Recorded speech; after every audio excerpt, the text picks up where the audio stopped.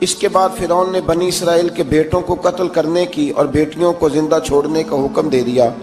موسیٰ علیہ السلام نے قوم کو صبر کی تلقین کی اور کہا کہ نیک انجام اہل تقوی کے لیے۔ یہاں ایک لطیف بات ہمارے صوفیاء نے بھی لکھی ہے۔ صوفیاء کہتے ہیں کہ فرعون نے کلمہ نہیں پڑھا پر جادوگر کلمہ پڑھ گئے۔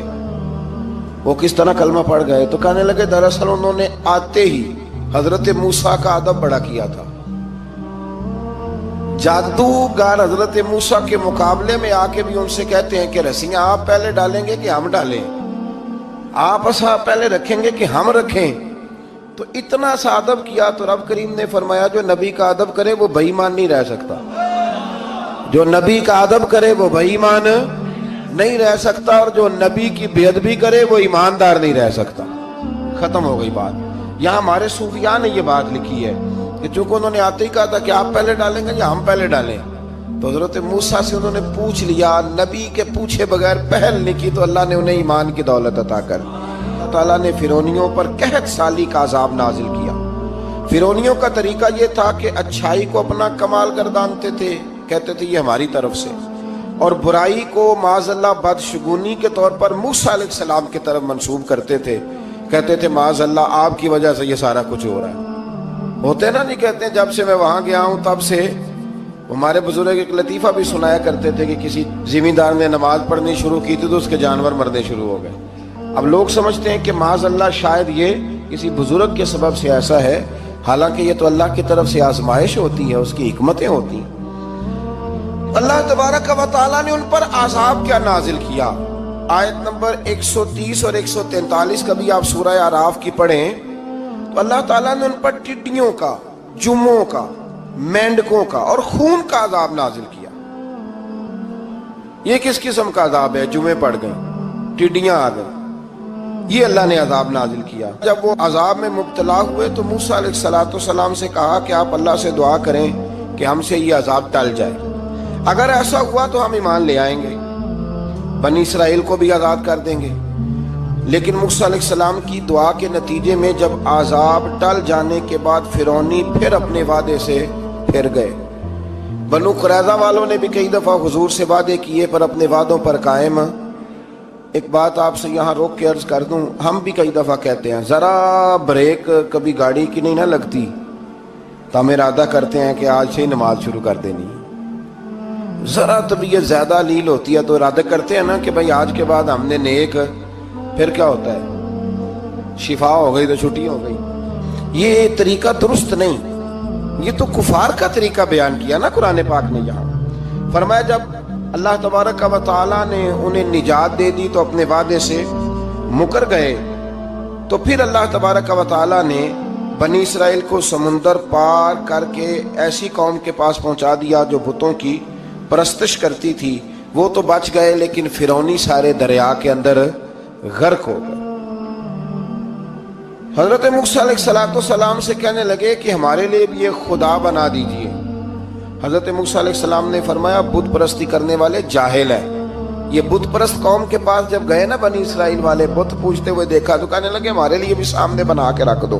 فرمایا یہ تو جاہل ہیں، تم انہیں دیکھ کے اثر قبول کر رہے ہو اور اپنی جاہلیت کے باعث یہ ہلاک ہونے والے بھی ہیں۔ پھر اللہ تعالیٰ نے بنی اسرائیل پر اپنی نعمتوں کا ذکر فرمایا، اور موسیٰ علیہ السلام نے اپنی قوم میں ہارون علیہ السلام کو اپنا جانشین فرمایا اور کوہ طور پر تشریف لے گئے۔ اللہ نے فرمایا وہاں آ جائیں، میں آپ کو تورات عطا کرتا ہوں۔ 40 دن کا یہ عرصہ تھا۔